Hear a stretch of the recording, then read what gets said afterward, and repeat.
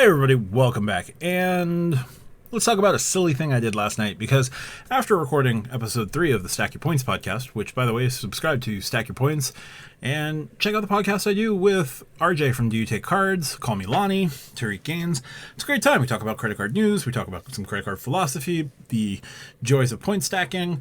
It's a good time by all, so check out the Stack Your Points podcast here on YouTube, or anywhere you get audio feeds. We're on through Apple, so we're on Overcast, Icecast, Pocketcast, anything that you can pull an RSS feed, we're there. So I'm going to put everything in the description for this video. But let's talk about the thing I did last night, because not a good idea to apply for credit cards late in the night, but I did it anyway.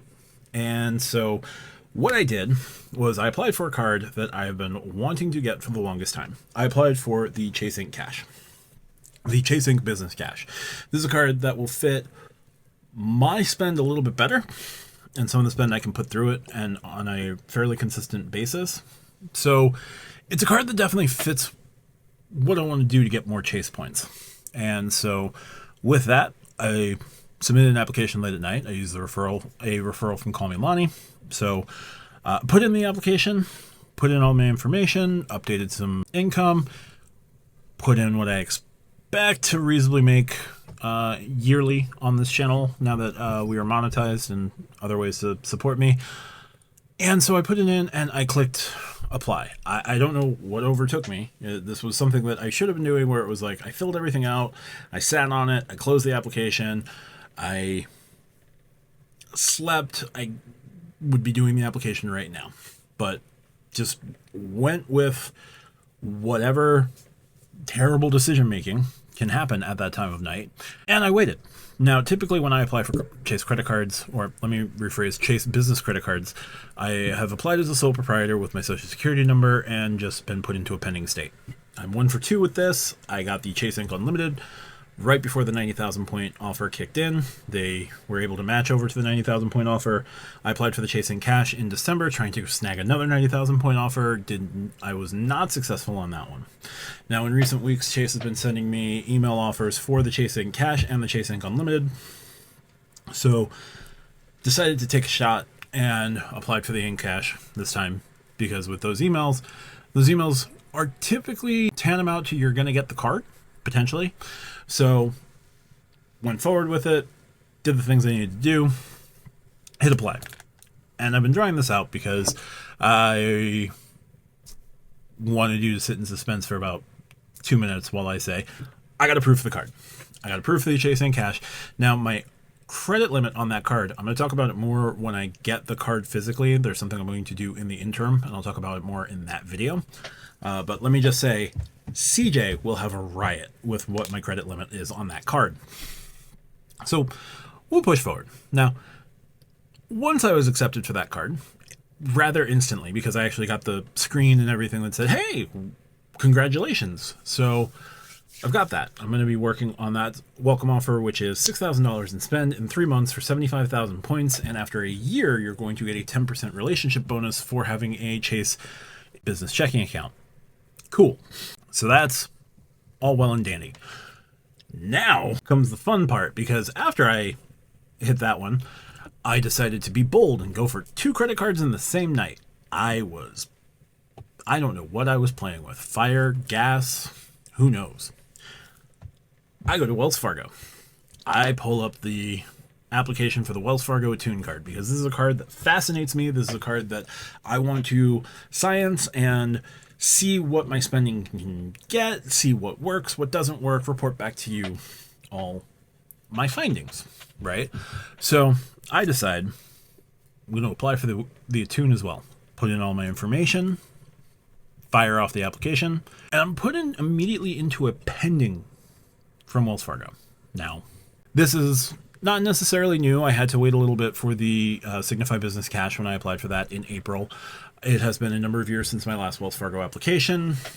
I figured they just needed to, dot I's, cross T's. Also, given the time of night, I'm not even sure the servers were completely on. So I'm sitting there with this pending. knowing that I've already gotten one card. So like for the night, success. And it was a business card. It's not going to count to my Chase marketing nonsense. and this other card will count toward the chase marketing nonsense. But when it comes to that, I'm only down to like one more card from Chase that I'm anticipating at the moment, right? I'll have cards falling off next year. I'll have 3 fall off over the course of next year. So my Chase marketing status is pretty good. The only Chase personal card I'm contemplating at the moment is waiting to see what a luxury World of Hyatt credit card might look like, assuming one comes. But we'll see. So I'm waiting, and after about 20 minutes, I get an email from Wells Fargo congratulating me on my new Wells Fargo Attune card. So I applied for the Chase in Cash. I applied for the Wells Fargo Attune on the same night, within minutes of each other. Got accepted for both. Now the Attune card, I will let you know the credit limit now, because I'm not going to be doing some silliness before I get that card. That card was able to instantly activate. So I have $7,070 available to me right now via in credit line via my mobile wallet. The card itself, I have an $11,700 limit. So my Wells Fargo limits now are approaching $40,000 in available credit, which is nice.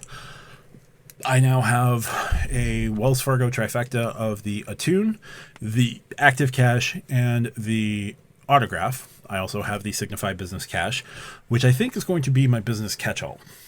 So going forward, I'm going to have the Ink Cash for the things I want to spend through the Ink Cash. I will have the Signify card as my catch-all card, and I'm just going to keep building points with both Wells Fargo and Chase. Now, I need Wells Fargo to announce more transfer partners to make myself not look as silly as I feel doing this, but I do have ways to utilize my points and make things happen if I need them to make things happen. So I've got access to KLM Flying Blue in both Chase and Wells Fargo. I have access to Avianca Life Miles through Wells Fargo if I need to book United flights using Avianca.